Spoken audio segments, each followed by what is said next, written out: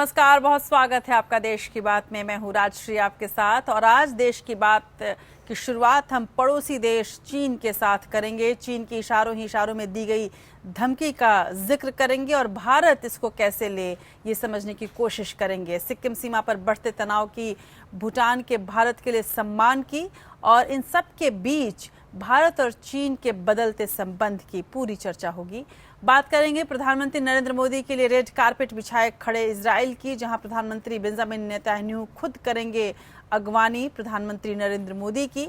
और उसके बाद आपको देश विदेश की खबरें तो दिखाते हुए ये भी दिखाएंगे कि आखिर पाकिस्तान में रह रहे सलाहुद्दीन की क्या साजिश है भारत के खिलाफ और भारत कैसे चेते इन आतंकवादियों से।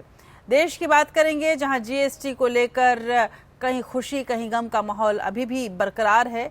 तो उधर पड़ोसी राज्यों की यदि हम बात करें तो उत्तर प्रदेश और बिहार दोनों में ही काफ़ी हलचल है। बात करेंगे बिहार की, जहां मुख्यमंत्री नीतीश कुमार के कांग्रेस के खिलाफ खुलकर मोर्चा खोलने से कौन कौन से मायने निकल रहे हैं, महागठबंधन का भविष्य किस ओर जा रहा है, ये समझने की कोशिश करेंगे। उधर यूपी में योगी सरकार कामकाज के तरीकों को लेकर अपने ही मंत्रियों के निशाने पर क्यों है, क्या मुख्यमंत्री के पीछे कुछ साजिश रची जा रही है या फिर जो मंत्री हैं वही काम नहीं कर रहे हैं, ये भी समझने की कोशिश करेंगे। उधर पुलिस महकमे के 1800 तबादलों पर भी किस तरह से सियासत भरी नज़रें उठी हैं, सियासत भरे सवाल उठ रहे हैं, इसको हम देखने समझने की कोशिश करेंगे। और बात करेंगे समाजवादी पार्टी के संरक्षक मुलायम सिंह की बहू की गौ सेवा की आड़ में छिपे सरकारी अनुदान के भ्रष्टाचार की। जीएसटी को लेकर देश भर में अफरा तफरी का जो माहौल है उसका भी हम जायजा लेंगे और आपको दिखाएंगे कि कैसे हो गई है चार्टर्ड अकाउंटेंट्स की चांदी। तो जीएसटी पर क्यों भड़का हुआ है पीएम मोदी का गृह राज्य गुजरात। और साथ ही आपको लिए चलेंगे एयर इंडिया के सफ़र में, जहां पर एयर इंडिया अब जहां यात्रियों के दम घुटाने पर लग गया है। एयर इंडिया के एयरलाइंस में एसी भी अब काम नहीं कर रहे हैं, ऐसा क्यों हो रहा है और एयर इंडिया की बदहाली का जिम्मेदार कौन है, ये हम देखेंगे। अदालत की खबरों में बात करेंगे तमिलनाडु के किसानों के कर्ज माफ़ी के मद्रास हाईकोर्ट के आदेश पर सुप्रीम कोर्ट की रोक की। और इसके अलावा बात वीरभद्र सिंह की भी होगी। एपीएन के खास कार्यक्रम मेरा भी नाम होगा के रंगारंग समापन समारोह की भी झलकियां आपके सामने रखेंगे और विजेताओं की खुशियां भी आपके साथ बांटेंगे।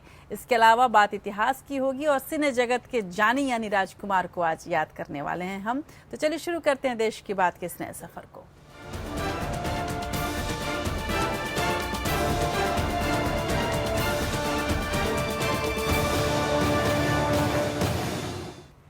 सिक्किम से सटे चीन की सीमा पर तनाव के बीच भारत ने डोकला इलाके में सैनिकों की तैनाती बढ़ाई है। 1962 के बाद पहली बार ऐसा हो रहा है जब किसी इलाके में भारत और चीन की सेनाओं के बीच इतने लंबे वक्त तक गतिरोध बना हुआ है। डोकला उस क्षेत्र का भारतीय नाम है जिसे भूटान डोकलाम कहता है, जबकि चीन इसे अपने डोंगलांग क्षेत्र का हिस्सा मानता है। चीनी सरकार के मुखपत्र माने जाने वाले ग्लोबल टाइम्स ने सिक्किम मुद्दे पर एक लेख के जरिए भारत पर निशाना साधा है। लेख के मुताबिक सिक्किम क्षेत्र में एक सड़क बनाने को लेकर प्रधानमंत्री नरेंद्र मोदी की अमेरिका की यात्रा से पहले भारत के आपत्ति जताने का मकसद वॉशिंगटन को ये दिखाना है कि वो चीन के बढ़ते प्रभुत्व को रोकने के लिए वचनबद्ध है।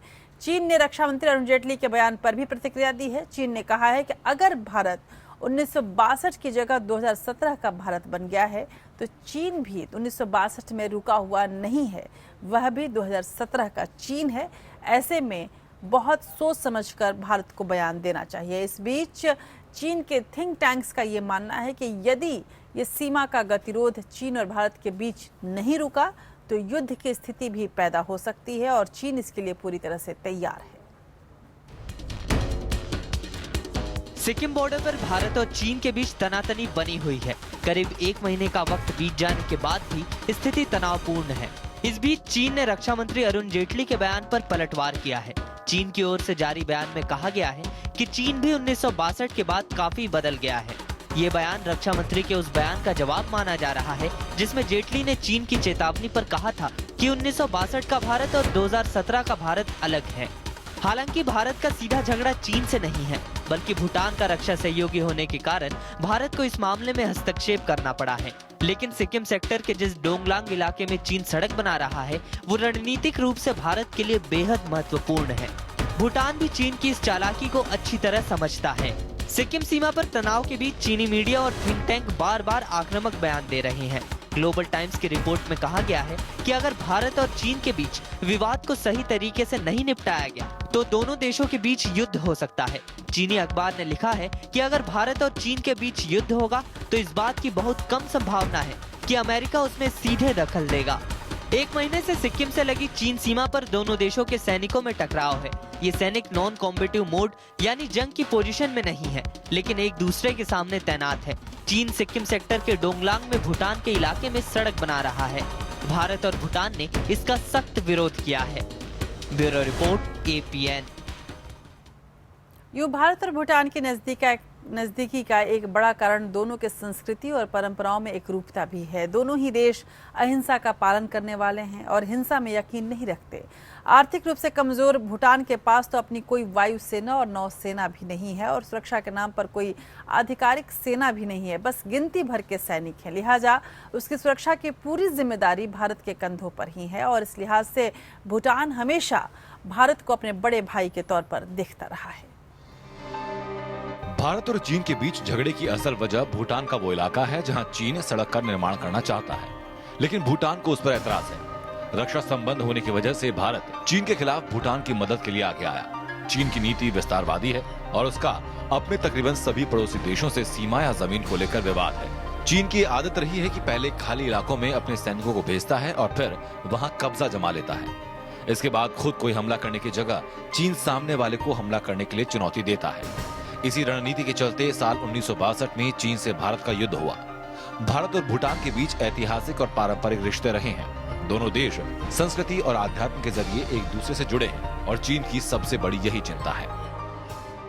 I think they should all China, India, Bhutan should all come together and like have a meeting and like make a solution for this one. I mean, take out a solution for this one.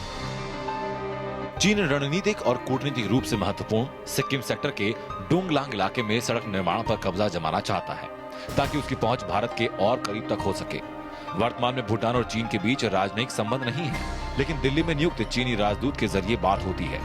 चीन की विस्तारवादी नीति से छोटे और कमजोर भूटान को बचाने के लिए भारत हमेशा आगे रहा है। आर्थिक और सैन्य रूप से कमजोर भूटान पूरी तरह से भारत पर आश्रित है।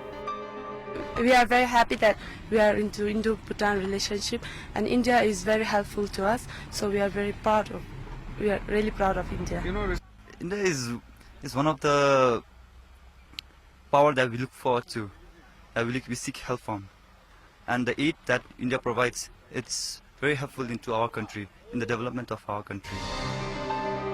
भूटान के पास अपनी कोई मजबूत सेना नहीं, चारों ओर से घिरा होने की वजह से उसके पास नौसेना भी नहीं है। भूटान के पास अपनी वायुसेना भी नहीं, लिहाजा उसकी रक्षा की जिम्मेदारी भारत संभालता है और वही इस क्षेत्र में भूटान का ख्याल रखता है। भूटान का मुख्य निर्यात बिजली है। वो भारत को पन बिजली बेचता है। इसके अलावा लकड़ी, सीमेंट, कृषि उत्पाद और हस्तशिल्प का भी निर्यात करता है। Bureau report, APN। उधर सीमा पर चीन के साथ तनातनी के बीच प्रधानमंत्री नरेंद्र मोदी 3 दिन की ऐतिहासिक इजराइल यात्रा पर जा रहे हैं। पीएम मोदी की इजराइल यात्रा से पहले इजराइल के प्रधानमंत्री बेंजामिन नेतन्याहू ने उनका स्वागत किया है। नेतन्याहू ने कहा है कि पीएम मोदी के साथ उनकी बातचीत में साइबर सुरक्षा समेत सहयोग के कई अहम क्षेत्रों पर भी चर्चा होगी। प्रधानमंत्री मोदी को दुनिया के सबसे अहम प्रधानमंत्रियों में से एक बताते हुए नेतन्याहू ने कहा कि भारतीय नेता साइबर समेत कई क्षेत्रों में इजराइल के साथ निकट सहयोग चाहते हैं और आयुधों में भी इजराइल उन्हें सहयोग करेगा। भारत और इजराइल के बीच राजनयिक रिश्तों के 25 साल पूरे होने के मौके पर मोदी 4 जुलाई को इजराइल के 3 दिवसीय यात्रा पर रहेंगे। ये किसी भारतीय प्रधानमंत्री की पहली इजराइल यात्रा है। भारत इजराइल के रिश्तों को नया मुकाम देने के लिए प्रधानमंत्री नरेंद्र मोदी इजराइल जा रहे हैं। 70 साल में किसी भारतीय प्रधानमंत्री का ये पहला इजराइल दौरा है। इस दौरे का महत्व इस बात से जाना जा सकता है कि इजराइल के प्रधानमंत्री बेंजामिन नेतन्याहू खुद एयरपोर्ट पर पीएम मोदी के स्वागत के लिए मौजूद रहेंगे। प्रधानमंत्री मोदी का यह दौरा इसलिए भी खास है क्योंकि इसी साल दोनों देशों के बीच राजनीतिक रिश्तों के 25 साल पूरे हो रहे हैं। इजरायली मीडिया ने पीएम मोदी के दौरे को प्रमुखता से जगह दी है। इजरायल में प्रधानमंत्री नरेंद्र मोदी को अमेरिकी राष्ट्रपति डोनाल्ड ट्रंप से ज्यादा महत्व मिल रहा है। पीएम मोदी के इस दौरे से दोनों देशों के बीच सैन्य, आर्थिक और कूटनीतिक रिश्ते और ज्यादा मजबूत होंगे। दोनों देशों के बीच रक्षा सौदों के अलावा तकनीक और कृषि जैसे क्षेत्रों पर अहम समझौते होंगे। भारत इजरायल से आधुनिक कृषि तकनीक हासिल करने की कोशिश कर रहा है। कम पानी होने के बावजूद इजरायल ने अपनी रेगिस्तानी जमीन को जिस तरह से हरा भरा किया है, भारत को उससे काफी मदद मिल सकती है। इजरायल दौरे से ठीक पहले या बाद में प्रधानमंत्री नरेंद्र मोदी फिलिस्तीन नहीं जाएंगे। ये कदम भारत की पहले की पॉलिसी से बिल्कुल उलट है। इससे पहले ये परंपरा थी कि भारतीय राजनेता बैलेंस बनाए रखने के लिए एक साथ दोनों देशों का दौरा करते थे। भारत का ये फैसला इजरायल के साथ अपने रिश्तों को खुलेआम स्वीकार करने जैसा है। भारत दुनिया की चौथी सबसे बड़ी अर्थव्यवस्था है। उसके अरब और ईरान के साथ अच्छे रिश्ते हैं। इजरायल भारत की इस हैसियत का इस्तेमाल पश्चिम एशिया के साथ एशिया के अन्य देशों के साथ डिप्लोमेसी में कर सकता है। वहीं दूसरी तरफ इजरायल भारत के make in India, digital India, startup India जैसे तमाम महत्वाकांक्षी योजनाओं का हिस्सा बन सकता है। Bureau report, APN. तो भारत ने इजरायल को 1950 में मान्यता दी, लेकिन कूटनीतिक संबंध 1992 में बने क्योंकि भारत इजरायल के धुर विरोधी फिलिस्तीन का समर्थन करता रहा था। साल 1962 में चीन से हुई जंग में इजरायल ने भारत को मोर्टार रोधी उपकरण मुहैया कराए थे। 1965 और 71 और करगिल युद्ध में भी इजरायल ने भारत को सैन्य साजो सामान दिए। साल 2003 में पहली बार भारतीय विदेश मंत्री जसवंत सिंह इजरायल गए, जबकि 2015 में प्रणब मुखर्जी इजरायल जाने वाले देश के पहले राष्ट्रपति बने। इजरायल ने भारत को missile, anti missile system, UAV, electronic warfare system जैसी अहम तकनीक दी है। इजरायल भारत के लिए डिफेंस के लिहाज से बेहद अहम देश है। इजरायल ने चीन को अवक्स सिस्टम बेचने से इनकार कर दिया था, पर उसने भारत को ये सिस्टम दिया था। दौरे से पहले पीएम मोदी ने इजरायल के साथ 965 करोड़ में इजरायली एरोस्पेस इंडस्ट्री की Barak anti missile defence system खरीदने के सौदे की मंजूरी दे दी है। पिछले यूपीए सरकार इस समझौते से पीछे हट गई थी। इस लिहाज से देखा जाए तो भारत इजरायल के लिए और इजरायल के लिए भारत एक बेहद बड़ा मार्केट है, खासकर आयुधों के मद्देनजर। और इजरायल की अहमियत बस आयुधों के लिए ही नहीं है, बल्कि भारत चाहता है कि जो मिडिल ईस्ट क्षेत्र है वहां पर वो पाकिस्तान के खिलाफ भी एक माहौल बना सके। और ऐसे में इजरायल, जो कि एक पारंपरिक रूप से पाकिस्तान से उसकी दुश्मनी है, वो एक अहम भूमिका निभा सकता है। लेकिन पाकिस्तान के अंदर बहुत कुछ ऐसा चल रहा है जो भारत के खिलाफ है। हिजबुल मुजाहिदीन चीफ सैयद सलाहुद्दीन ने पाकिस्तान के एक टीवी चैनल पर माना है कि उसने और उसके आतंकी गुट ने भारत में हमले किए हैं। उसने यह भी कहा कि कश्मीर की आज़ादी के लिए उसकी लड़ाई जारी रहेगी। बता दें कि नरेंद्र मोदी के अमेरिका दौरे के वक्त वॉशिंगटन ने सलाहुद्दीन को ग्लोबल टेररिस्ट डिक्लेयर किया था। पाकिस्तान के उन तमाम दावों की हवा निकल गई है जिसमें वो कहता रहा है कि उसकी जमीन से भारत में आतंकवाद को हवा नहीं दी जा रही है। हिजबुल मुजाहिदीन के मुखिया सैयद सलाहुद्दीन ने खुलेआम स्वीकार किया है कि भारत में सेना और सुरक्षा बलों पर हमले में उसके संगठन का हाथ रहा है। एक निजी पाकिस्तानी चैनल को दिए इंटरव्यू में सलाहुद्दीन ने कहा कि अब तक उसका पूरा ध्यान भारतीय पेशेवर बलों पर था। इंटरव्यू में सलाहुद्दीन ने कश्मीर को अपना घर बताया और कहा कि बुरहान वानी की मौत के बाद से ही घाटी में बगावत बढ़ी है। उसने ये दावा भी किया कि भारत में उसने कई हमलों को अंजाम दिया है। इनमें अप्रैल 2014 में जम्मू कश्मीर में किया गया ब्लास्ट भी शामिल है। इस ब्लास्ट में 17 लोग घायल हुए थे। Sayyid Salahuddin has been indulging in terrorism for a long time, nearly 25 years now. So he's just talking about something which everyone else knows. But the fact is that with the United States having declared him a global terrorist, things are a bit of a worry for Sayyid Salahuddin. उसने ये दावा भी किया है कि वे भारत में जहां चाहे हमले करवा सकता है। ये एक तरह से खुलेआम भारत को चुनौती भी है। भारत में उसके समर्थक है। उसने विदेश से हथियार खरीदने की बात भी मानी। सलाहुद्दीन ने कहा कि अगर कोई पैसे दे तो वे किसी भी जगह हथियार की सप्लाई करवा सकता है। सलाहुद्दीन के बयानों से साफ है कि वो कोई आजादी की लड़ाई नहीं लड़ रहा, बल्कि वे एक आतंकवादी है और उसको गिरफ्तार कर सजा दिया जाना जरूरी है। आज सैयद सलाहुद्दीन ने उस पाकिस्तान के बिहाफ पे टेलीविजन चैनल पे एक इंटरव्यू के दौरान यही तो कबूल किया है कि हमारे आतंकी पूरे भारतवर्ष में फैले हुए हैं और हम जब चाहे तो आतंकवादी गतिविधि कर सकते हैं और पाकिस्तान हमें फंड कराता है। आज Pakistan main streaming of terrorism, आतंकवाद को मुख्य धारा में लाने की जो बात है उसको कबूल कर रहा है। स्वाभाविक है, Pakistan is exposed as never before. ऐसा एक्सपोजर हुआ है पाकिस्तान का कि पूरा विश्व उसे देख रही है। अमेरिका ने उसको अंतर्राष्ट्रीय आतंकवादी का दर्जा दिया है, तो अब अमेरिका का उत्तरदायित्व तो बनता है कि उसको पाकिस्तान में पकड़ के भारत के उनको हवाले करना चाहिए। सलाउद्दीन के दावों ने पाकिस्तान के झूठे दावों को उजागर कर दिया है और साफ हो चला है कि पाकिस्तान भारत के खिलाफ हमलों में सीधे तौर पर मदद कर रहा है। हालांकि अमेरिका ने सलाउद्दीन को अंतर्राष्ट्रीय आतंकवादी घोषित कर रखा है, लेकिन पाकिस्तान पर इसका कोई फर्क नहीं पड़ा और वह ऐसे आतंकियों को संरक्षण देने से पीछे नहीं हट रहा। यही नहीं, सलाउद्दीन को वैश्विक आतंकी घोषित किए जाने के एक दिन बाद पाकिस्तान ने अमेरिका की आलोचना की थी। पाकिस्तान के विदेश मंत्रालय ने सलाउद्दीन का बगैर नाम लिए कहा था कि कश्मीरी अधिकारों का समर्थन करने वालों को आतंकी घोषित करना पूरी तरह अनुचित है। साफ है कि आतंकवादियों पर लगाम लगाने के लिए भारत को ही कड़े कदम उठाने होंगे। Bureau report, APN। उधर कश्मीर घाटी में आतंकियों के खिलाफ सेना का ऑपरेशन क्लीन अप जारी है। सेना, CRPF और जम्मू कश्मीर पुलिस के साझा अभियान में कई आतंकी अब तक ढेर हो चुके हैं। पुलवामा में लंबी मुठभेड़ के बाद सैन्य बलों ने 2 आतंकियों को मार गिराने में सफलता हासिल की आज भी। हालांकि अवंतीपुरा में 3 आतंकी सेना का सुरक्षा घेरा तोड़कर फरार हो गए। कश्मीर घाटी के पुलवामा में सुरक्षा बलों ने लंबी मुठभेड़ के बाद 2 आतंकियों को ढेर कर दिया। रविवार रात से ही सेना, पुलिस और CRPF इस इलाके की घेराबंदी करके बैठी थी। एक और घटना में आतंकियों ने अनंतनाग के बस स्टैंड पर अंधाधुंध फायरिंग की। इस फायरिंग में एक पुलिस का जवान शहीद हो गया। आतंकियों के खिलाफ सेना ने सर्च ऑपरेशन चलाया है। बामनू पुलवामा में जो ऑपरेशन चल रहा है कैसो, उसमें भी एनकाउंटर के दौरान 2 मिलिटेंट अब तक मारे जा चुके हैं और जो उनका आइडेंटिफिकेशन 2 लोकल मिलिटेंट के रूप में हुई है।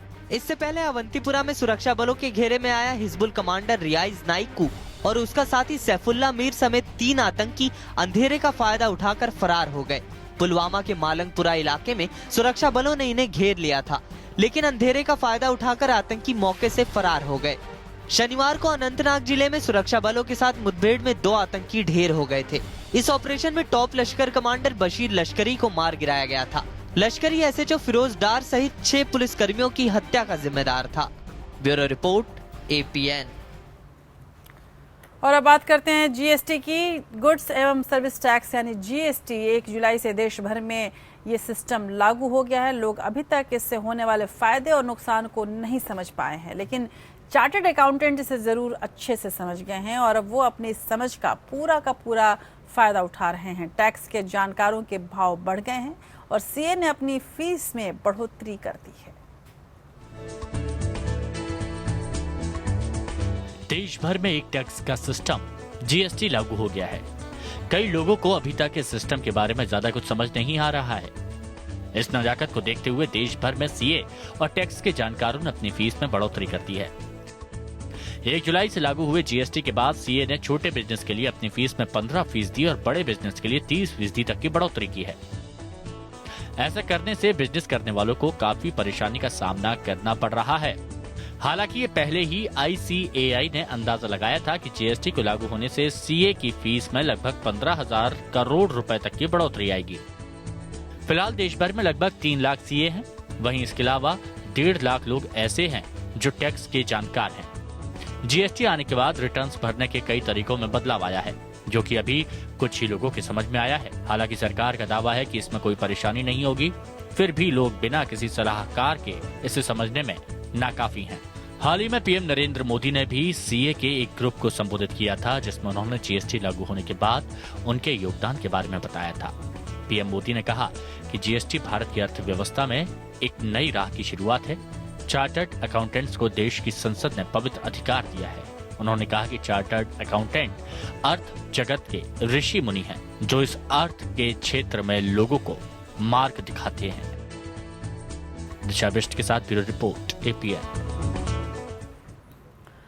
30 जून की आधी रात को लागू होने वाले GST को लेकर देश भर में अभी भी विरोध प्रदर्शन का दौर जारी है। कई छोटे कारोबारी इसका लगातार विरोध कर रहे हैं। पीएम मोदी के गृह राज्य गुजरात में भी कई छोटे बड़े व्यापारियों ने इसका विरोध किया है। सूरत में कपड़ा कारोबारियों ने जीएसटी का विरोध करते हुए जमकर नारेबाजी की। कारोबारियों की तरफ से हिंसा बढ़ती देख मौके पर पहुंची पुलिस ने लाठीचार्ज करके सभी को खदेड़ दिया। खबरों के मुताबिक हंगामा उस वक्त शुरू हुआ जब जीएसटी के समर्थन और विरोध में व्यापारी संगठन बंट गए।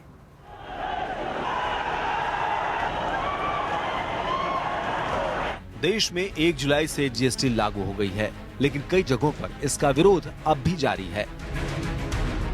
देश में कई व्यापारी संगठन इसका विरोध कर रहे हैं। गुजरात के सूरत में कई कपड़ा व्यापारी भी जीएसटी के विरोध में हैं। सूरत में जीएसटी के खिलाफ व्यापारियों के बंद के दौरान जबरदस्त हंगामा हुआ। जीएसटी का विरोध कर रहे कपड़ा व्यापारियों में फूट पड़ गई।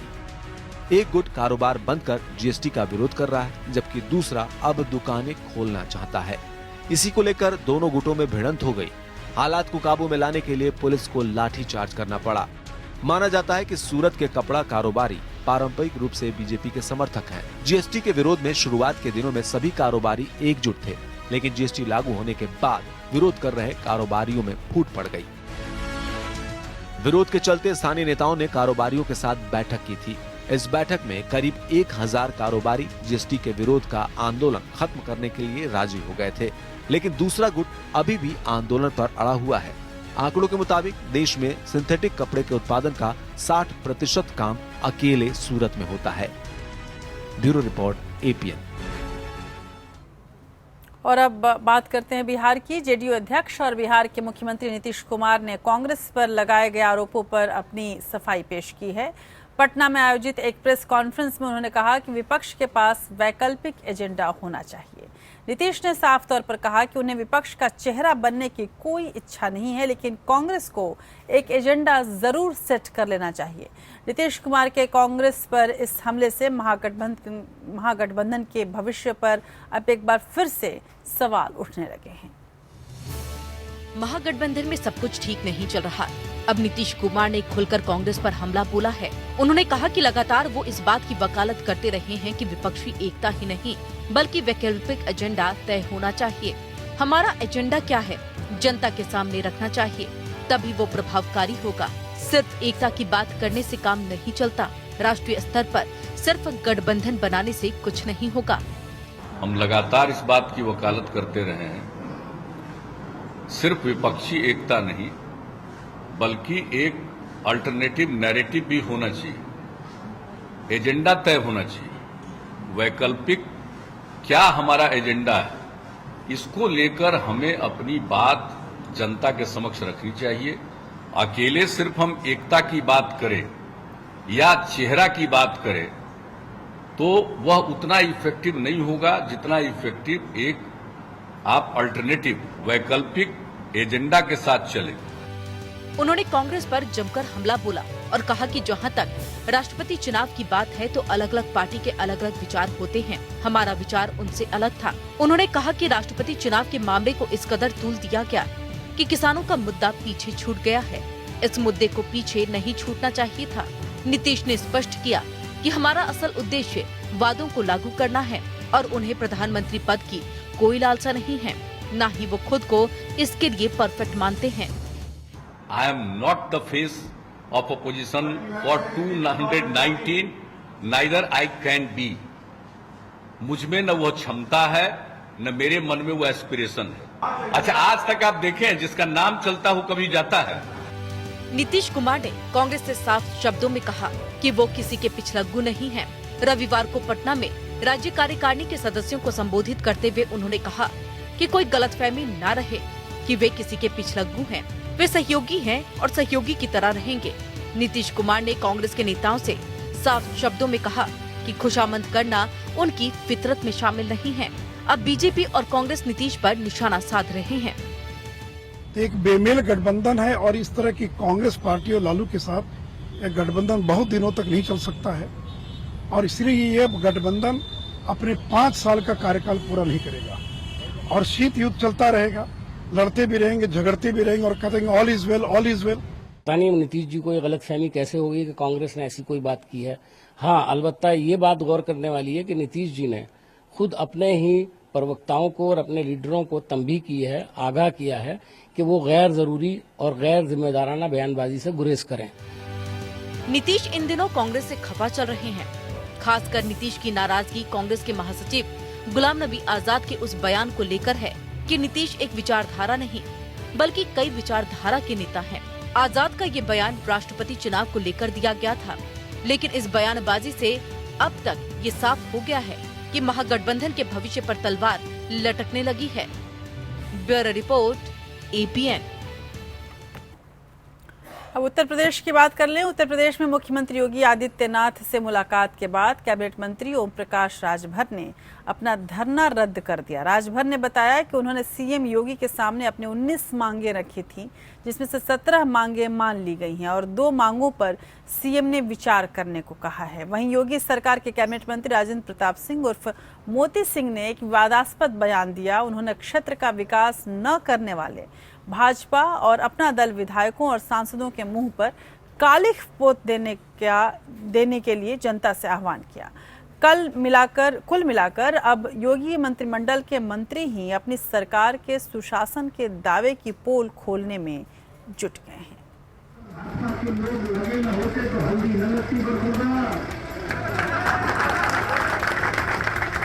गाजीपुर के रामपुर गांव में एक जमीन विवाद को लेकर योगी सरकार के मंत्री ओम प्रकाश राजभर अपनी ही सरकार के खिलाफ धरने पर बैठने वाले थे।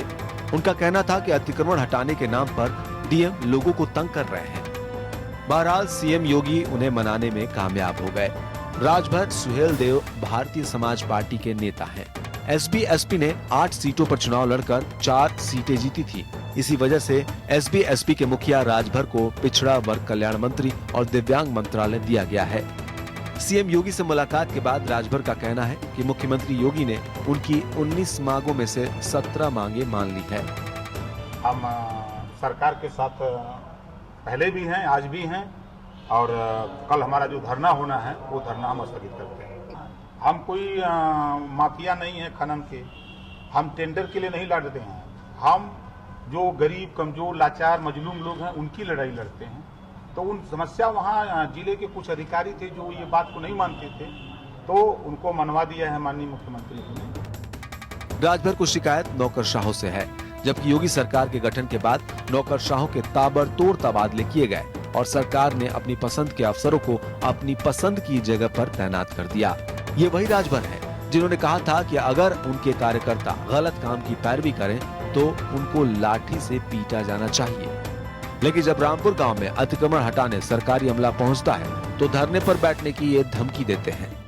आदर्शों और नैतिकता की बात करने वाले सीएम योगी को यहाँ झुकना पड़ता है और राजभर की मांगे माननी पड़ती है। राजभर का अपनी ही सरकार के प्रशासन पर आरोप लगाना और उनकी नाजायज मांग पर सीएम योगी का झुकना बताता है कि सरकार चलाने के लिए योगी हर समझौता करने को तैयार है। सिर्फ राजभर ही नहीं, अब योगी सरकार में शामिल दूसरी राजनीतिक पार्टियां भी अपनी सरकार के कामकाज पर सवाल उठाने लगी हैं। कुछ घंटे भी नहीं बीते थे कि योगी सरकार के दूसरे कैबिनेट मंत्री राजेंद्र सिंह उर्फ मोती सिंह तो एक कदम और आगे बढ़ गए। उन्होंने जनता से क्षेत्र का विकास न करने वाले भाजपा और अपना दल के विधायकों और सांसदों के मुंह पर कालिख पोत देने को कहा है। बीजेपी विधायक मोती सिंह ने कहा कि 15 दिन का वक्त देने के बाद काम न हो पाने पर जनता उनके मुंह पर कालिख पोत दे। उन्होंने रानीगंज के बीजेपी विधायक का नाम भी लेते हुए जनता को कालिख पोतने की ताकीद की। अगर 15 दिन और बीते तो मगरौरा के विकास अगर हमारे आरके वर्मा न कहें, संगम लाल न कहें, अगर भिरजो न कहें तो तीनों जने आवे जिनके मुंह में कैसा पोत जाता है लोग गुजर जाएंगे। इसके बाद तो विश्वनाथगंज, प्रतापगढ़ सदर और रानीगंज के विधायकों ने उनके खिलाफ मोर्चा खोल दिया है। सरकार के भीतर शुरू हुई ऐसी जंग से नुकसान तो योगी सरकार का ही हो रहा है, लेकिन सबसे अहम बात यह है कि विकास का काम न करने पर अपना दल और अपनी ही पार्टी बीजेपी के विधायक को सबक सिखाने की बात कहकर मोती सिंह ने सरकार के विकास करने के दावों की पोल भी खोल दी है। कुल मिलाकर कालिख तो योगी सरकार के चेहरे पर पोती ही जा रही है।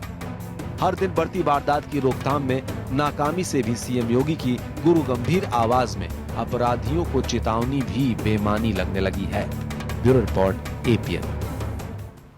उधर अपराधियों के अभयारण्य में तब्दील हुए उत्तर प्रदेश में तमाम वरिष्ठ पुलिस अधिकारियों की अपनी मनपसंद जगह तैनाती के बावजूद राज्य में कानून व्यवस्था लगातार बिगड़ती जा रही है। हालत ये हो गई है कि योगी सरकार ने पुलिस व्यवस्था को चाक चौबंद करने के लिए करीब 1800 पुलिसकर्मियों के तबादले फिर से कर दिए हैं। करीब 1500 सिपाही, दारोगा, इंस्पेक्टर और 244 डीएसपी के साथ बुलंदशहर के सीईओ श्रेष्ठा ठाकुर भी शामिल हैं इसमें, जिसने बीजेपी नेताओं को कानून तोड़ने पर गिरफ्तार किया था। लेकिन कुल मिलाकर चाहे तबादले कितने भी किए जाने, तमाम प्रशासनिक फेरबदल के बाद भी हालात अभी तक सुधरने का नाम नहीं ले रहे हैं। कहीं भी जाएगा रोशनी लुटाएगा, किसी भी चिराग का अपना मकान नहीं होता। कर लीजिए कितने भी तबादले, चिराग जहां भी जाएगा वहीं रोशनी लुटाएगा। तो वहीं आप कितने भी मनभावन अफसर को बुलाकर करीब बैठा लीजिए, सरकार की असुरक्षा भले ही दूर हो जाए, जनता की हिफाजत किसी के बस की बात नहीं। योगी सरकार बनते ही बड़े अफसरों के तबादले कुछ इस अंदाज में किए जा रहे थे कि चुनाव से पहले ही तय कर लिया गया है कि किस शहर का कोतवाल कौन होगा। पूरे 100 दिन तबादले करते रहे तो अपराधी जरायम करते रहे। पानी जब सर से गुजर गया तो अब सरकार को पूरे घर के बदल डालने की जिद सवार है। कुल 1800 पुलिसकर्मियों में 1500 सिपाही, दारोगा और इंस्पेक्टर तथा 244 डीएसपी शामिल हैं। लेकिन तबादले करके भी योगी सरकार की नीयत पर सवाल इसलिए उठ रहे हैं क्योंकि इन्हीं अधिकारियों में बुलंदशहर की श्रेष्ठा ठाकुर भी है, जिन्होंने बीजेपी नेता के खिलाफ कार्रवाई की थी। जाहिर है कि संदेश क्या जा रहा है, तबादला भी नेपाल के पास तराई इलाके में। महिला अधिकारी के होने के बाद भी योगी सरकार का दिल ना पसीजा। प्रशासनिक आधार पर जरूरत पड़ने पर हम लोग 1.5 साल 1 साल में भी ट्रांसफर करते हैं। ये स्थानीय आवश्यकता के अनुसार कार्रवाई की जाती है। दिल तब भी नहीं पसीजा था जब जौनपुर की कांस्टेबल दीक्षा सिंह को लाइन हाजिर किया गया था। दीक्षा सिंह की गलती ये थी कि उसने भरी अदालत में एक वकील की बदतमीजी का विरोध किया था। गोरखपुर में तो बीजेपी विधायक राधा मोहन दास अग्रवाल ने चारों निगम को इतना बेइज्जत किया था कि वो फूट फूट कर रो पड़ी थी। ये वही आईपीएस चारों निगम है जिसने बुंदेलखंड में माफियाओं को नाको चने चबवा दिए थे। लखनऊ में अखिलेश राज के दौरान तैनात की गई मंजिल सैनी को भी योगी सरकार ने बाहर का रास्ता दिखा दिया। हकीकत तो ये है कि योगी सरकार के 3 महीने के दौरान कम से कम आधा दर्जन महिला पुलिस अधिकारियों को इस तरह के दबाव झेलने पड़ रहे हैं। बेटी बचाओ बेटी पढ़ाओ का मोदी मंत्र का निरंतर जाप करने वाले सीएम योगी के फैसलों पर अब सवाल खड़े हो रहे हैं। योगी जिन्हें बालिकाओं के प्रति अपनी श्रद्धा दिखाने के लिए किसी मौके पर उनके पांव भी धुलाए, लेकिन जहां सत्ता का स्वार्थ जुड़ गया वहां सारे आदर्श भुलाए हैं। हालत यह है कि तबादले पुलिस महकमे के लिए सरकार की धमकी साबित हो रहे हैं। सत्तारूढ़ दल के हिसाब से काम न करने वाले दूर दराज इलाकों में फेंके जा रहे हैं। अपराधी बेखौफ घूम रहे हैं तो पुलिस दहशत में है। कहीं सत्तारूढ़ दल के नेताओं की वजह से तो कहीं इन नेताओं के संरक्षण में पल रहे अपराधियों की वजह से। ये कैसा राम राज्य है योगी जी, जहां सीताओं से अग्नि परीक्षाएं ली जा रही हैं और मारीच राजधानी में तेजाब लेकर हमला बोल रहे हैं। अंशुमन त्रिपाठी, एपीएन। उधर मुख्यमंत्री बनने के तुरंत बाद ही योगी आदित्यनाथ का समाजवादी पार्टी के संरक्षक मुलायम सिंह यादव की छोटी बहू अपर्णा यादव की गौशाला का दौरा करना सुर्खियों में था। लेकिन अब इसी गौशाला को लेकर अपर्णा यादव कटघरे में हैं।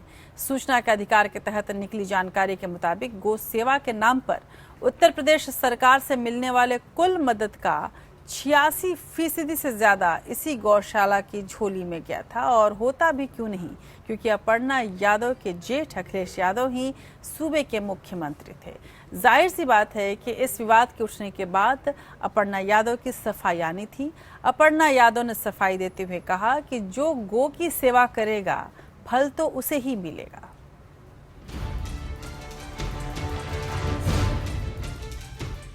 मुख्यमंत्री बनते ही योगी आदित्यनाथ ने जिन जगहों का सबसे पहले दौरा किया उनमें एक जीव आश्रय संस्था का भी था। उस वक्त इस दौरे ने कई चर्चाओं को जन्म दिया था। योगी ने इस गौशाला की तारीफ भी की थी, लेकिन अब सूचना के अधिकार के तहत सामने आया है कि अखिलेश यादव के मुख्यमंत्री काल में उत्तर प्रदेश गौ सेवा आयोग की ओर से गौरक्षा और गौ सेवा करने वाली संस्थाओं को दिए गए अनुदान में 86% से ज्यादा अनुदान सिर्फ अपर्णा यादव की जीव आश्रय संस्था को दिया गया। ये जानकारी सामाजिक कार्यकर्ता डॉक्टर नूतन ठाकुर की आरटीआई की अर्जी पर आयोग के जन सूचना अधिकारी ने दी है। बिल्कुल मैं इस पे जो है कार्रवाई करूंगी और निश्चित रूप से ऐसे लोगों पर कार्रवाई होनी चाहिए जो अपने आप को इस तरह से पढ़ा लिखा और समाज सेवक कहकर लोगों बाकी आम जनमानस को गुमराह करने की कोशिश करते हैं। और मैं इस पे जो है डिफेमेशन का केस करूंगी। तो निश्चित रूप से चूंकि जो सरकारी धनराशि है उसका, जैसे अपर्णा यादव जी ने ही जिस तरीके से पोर्ट्रेट किया कि ये गौशाला वो संचालित कर रही हैं, मैसेज गया कि अपने धन से संचालित कर रही हैं, लेकिन इस पे जो धन था वो सरकार का धन लगा हुआ था, सरकारी अनुदान था। तमाम पॉलिटिकल पार्टी इस तरीके से सरकारी धन का उपयोग करती हैं ताकि उनको अपने पॉलिटिकल कामों के लिए कार्यकर्ता भी उपलब्ध हो जाते हैं। सूचना के अनुसार 2012 से 2017 के 5 सालों में गौशालाओं को कुल 9 करोड़ 66 लाख रुपए का अनुदान दिया गया, जिसमें 8 करोड़ 35 लाख रुपए केवल जीव आश्रय संस्था को दिया गया, जो कुल अनुदान का 86.4% है। 2012-13 में इस निधि से जीव आश्रय संस्था को 50 लाख रुपए, 2013-14 में 1 करोड़ 25 लाख रुपए और 2014-15 में 1 करोड़ 41 लाख रुपए। 2015-16 में अपर्णा यादव के एनजीओ को 2 करोड़ 58 लाख रुपए और 2016-17 में 2 करोड़ 55 लाख रुपए का अनुदान मिला। 2017 और 18 में आयोग ने विभिन्न गौशालाओं को 1 करोड़ 5 लाख रुपए दिए, लेकिन जीव आश्रय को कुछ नहीं मिला। अपर्णा यादव सपा संस्थापक मुलायम सिंह यादव के बेटे प्रतीक यादव की पत्नी है और लखनऊ के अमौसी में जीव आश्रय गौशाला का संचालन करती हैं। नूतन ठाकुर के अनुसार समाजवादी सरकार के शासन काल में 80% से अधिक का आर्थिक अनुदान एक विशेष एनजीओ को दिया गया। ये बड़े पैमाने पर राजनीतिक पक्षपात और भाई भतीजावाद का उदाहरण है। मामला वित्तीय अनियमितताओं का है और योगी आदित्यनाथ ने समाजवादी पार्टी सरकार के दौरान हुए घोटालों की जांच भी शुरू कर दी है। इनमें गोमती रिवर फ्रंट और आगरा लखनऊ एक्सप्रेसवे शामिल है। अब सवाल ये है कि क्या योगी आदित्यनाथ उस गौशाला के खिलाफ कार्रवाई करेंगे जिसकी उन्होंने तारीफ की थी। Bureau report APN। और अब देखते हैं नेशनल टॉप 5 खबरें। अपने बयानों से सुर्खियों में रहने वाले AIMIM नेता अकबरुद्दीन ओवैसी ने एक बार फिर विवादास्पद बयान दिया है। अकबरुद्दीन ने प्रधानमंत्री मोदी के खिलाफ अभद्र भाषा का इस्तेमाल करते हुए कहा कि संसद भवन में मुस्लिमों की बर्बादी के कानून बनते हैं। अखिलेश सरकार के समय उत्तर प्रदेश में बने साइकिल ट्रैक को लेकर सीएम योगी के मंत्री सुरेश खन्ना ने बड़ा बयान दिया है। सुरेश खन्ना ने कहा कि समाजवादी पार्टी सरकार में बने साइकिल ट्रैक तोड़े जाएंगे। कर्नाटक रक्षणा वेदिके ने रविवार को बेंगलुरु के चिकपेटे मेट्रो स्टेशन पर लगी हिंदी नेम प्लेट को ढक दिया। पिछले सप्ताह ही KRV ने प्रदर्शन किया था और मांग की थी कि Bengaluru metro rail corporation limited अपनी सभी मेट्रो स्टेशन से हिंदी साइन बोर्ड हटाए और साथ ही घोषणाओं से भी हिंदी को हटाए। एम्स ने नई पहल की शुरुआत की है। अब एम्स में आर्थिक रूप से कमजोर बुजुर्गों का फ्री में इलाज हो सकेगा। एम्स एक एनजीओ के साथ मिलकर आर्थिक और शारीरिक रूप से कमजोर 50 बुजुर्ग लोगों की मेडिकल देखभाल और इलाज की जिम्मेदारी लेगा। इसके साथ ही एम्स इन 50 बुजुर्ग लोगों को अलग अलग स्वास्थ्य सेवाएं भी मुहैया कराएगा। प्रधानमंत्री नरेंद्र मोदी एक किताब लिखेंगे। ये किताब देश के युवाओं को समर्पित होगी। इस किताब में वो युवाओं से जुड़े कई मुद्दे जैसे एग्जाम स्ट्रेस, एग्जाम खत्म होने के बाद क्या करें जैसे विषयों पर अपने विचार रखेंगे। इस किताब में कई ऐसी चीजें होंगी जिससे स्टूडेंट्स खुद को जोड़ पाएंगे। 10वीं और 12वीं क्लास के स्टूडेंट्स के लिए इस किताब में काफी कुछ होगा।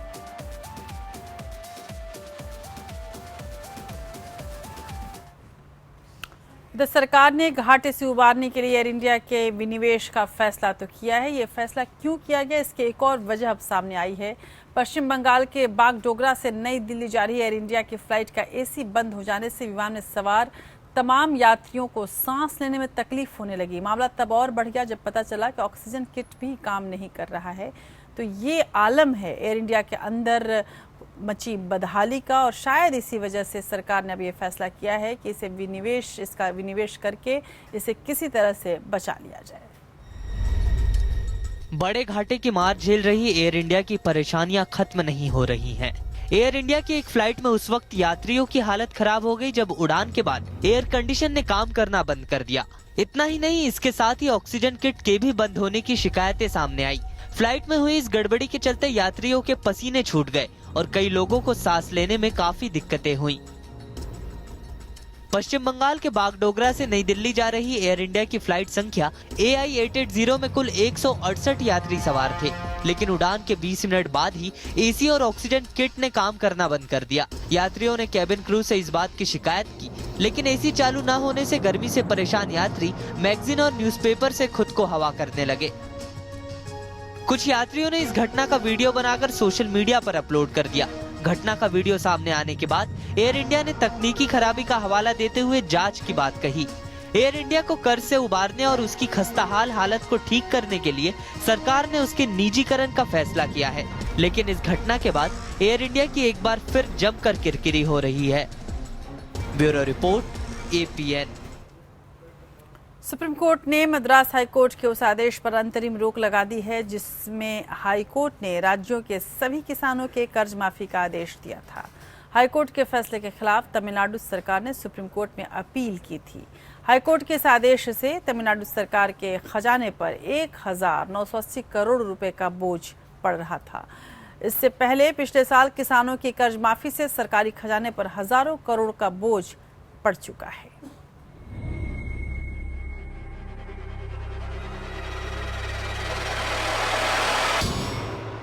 कर्ज माफी की मांग कर रहे तमिलनाडु के किसानों को सुप्रीम कोर्ट से झटका लगा है। सर्वोच्च अदालत ने मद्रास हाई कोर्ट के उस आदेश पर अंतरिम रोक लगा दी है जिसमें हाई कोर्ट ने तमिलनाडु सरकार को किसानों के कर्ज माफ करने का आदेश दिया था। हाई कोर्ट के फैसले को तमिलनाडु सरकार ने सुप्रीम कोर्ट में चुनौती दी थी। हाई कोर्ट के इस आदेश से तमिलनाडु सरकार के खजाने पर 1980 करोड़ रुपए का बोझ पड़ रहा था। इससे पहले पिछले साल किसानों की कर्ज माफी से सरकारी खजाने पर 5780 करोड़ रुपए का बोझ बढ़ा था।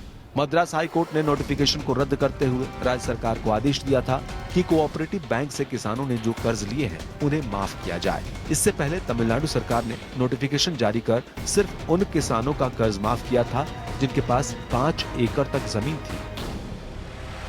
तमिलनाडु के किसानों ने दिल्ली के जंतर मंतर पर करीब 1 महीने तक धरना प्रदर्शन किया था। भारतीय किसान यूनियन भी इन किसानों के समर्थन में आई थी।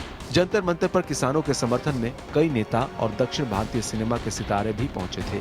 किसानों का आरोप था कि आत्महत्या के बढ़ते मामलों के बावजूद तमिलनाडु सरकार उनकी सुनवाई नहीं कर रही है। किसान कर्ज माफी के साथ राहत पैकेज की भी मांग कर रहे थे।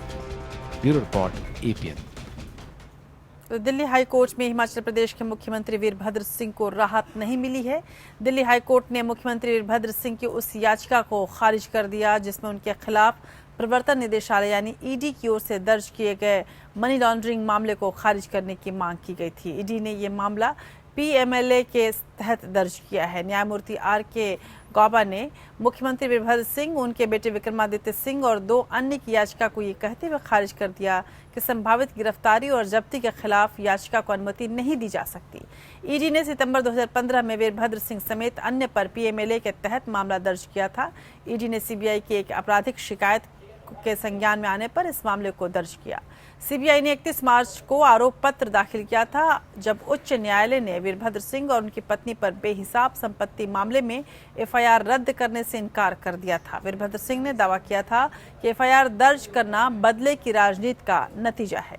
ED वीरभद्र सिंह और उनके परिवार के खिलाफ 2009 और 2011 के बीच उनकी आय के ज्ञात स्रोतों की तुलना में 6.1 करोड़ रुपए के अधिक संपत्ति जुटाने के आरोपों की जांच कर रहा है।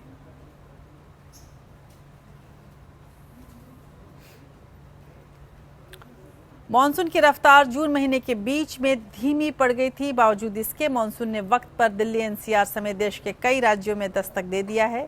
मध्य प्रदेश, UP, उत्तराखंड, दिल्ली NCR और हरियाणा के कुछ हिस्सों में बारिश शुरू हो चुकी है और आने वाले दिनों में अच्छी बारिश की उम्मीद है। दिल्ली और आसपास के राज्यों में आमतौर पर 1 जुलाई तक मानसून पहुंच जाता है। मौसम विभाग के आंकड़ों के मुताबिक पहले महीने में मानसून इस बार 6% ज्यादा बरस रहा है।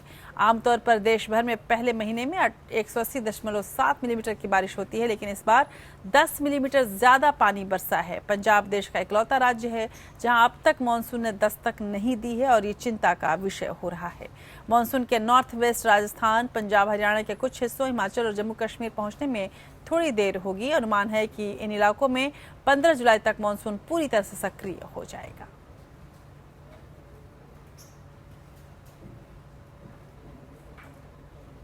और अब बात करते हैं आज के इतिहास की।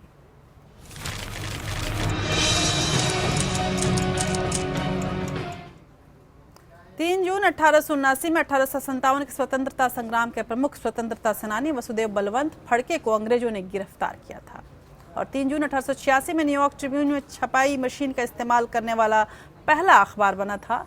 3 जून 1962 में मिशन इम्पॉसिबल सीरीज के जरिए लोगों के दिलों पर राज करने वाले हॉलीवुड के मशहूर अभिनेता टॉम क्रूज का जन्म हुआ था और 3 जून 1968 में वियतनाम युद्ध में मारे गए अमेरिकी सैनिकों के आंकड़े जारी होने के बाद अमेरिकी सरकार पर युद्ध बंद करने का दबाव बढ़ा। और इसके अलावा आज का दिन क्यों महत्वपूर्ण है, इस पर भी हम बात कर लें। बॉलीवुड के लिहाज से आज के दिन एक ऐसा मशहूर अभिनेता दुनिया से रुखसत हुआ था जिसने मौत से पहले कह दिया था कि जिंदगी और मौत इंसान का बहुत निजी मामला होता है। मेरे अंतिम संस्कार के बाद ही दुनिया को खबर करना, ये वो शख्स कुलभूषण पंडित उर्फ राजकुमार के नाम से जाना जाता है।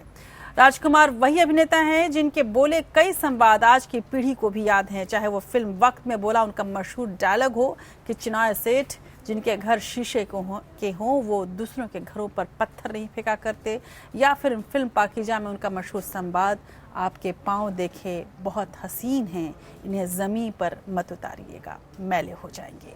राजकुमार की शख्सियत की पहचान उनके पूरे अभिनय में भी मिलता है और उनके अपने अंदाज में भी मिलता है। राजकुमार के कुछ खूबसूरत अभिनय क्षमता को दिखाते हुए शॉर्ट्स और गानों के साथ आज आपको छोड़ जाते हैं। देश की बात में बस इतना ही। नमस्कार।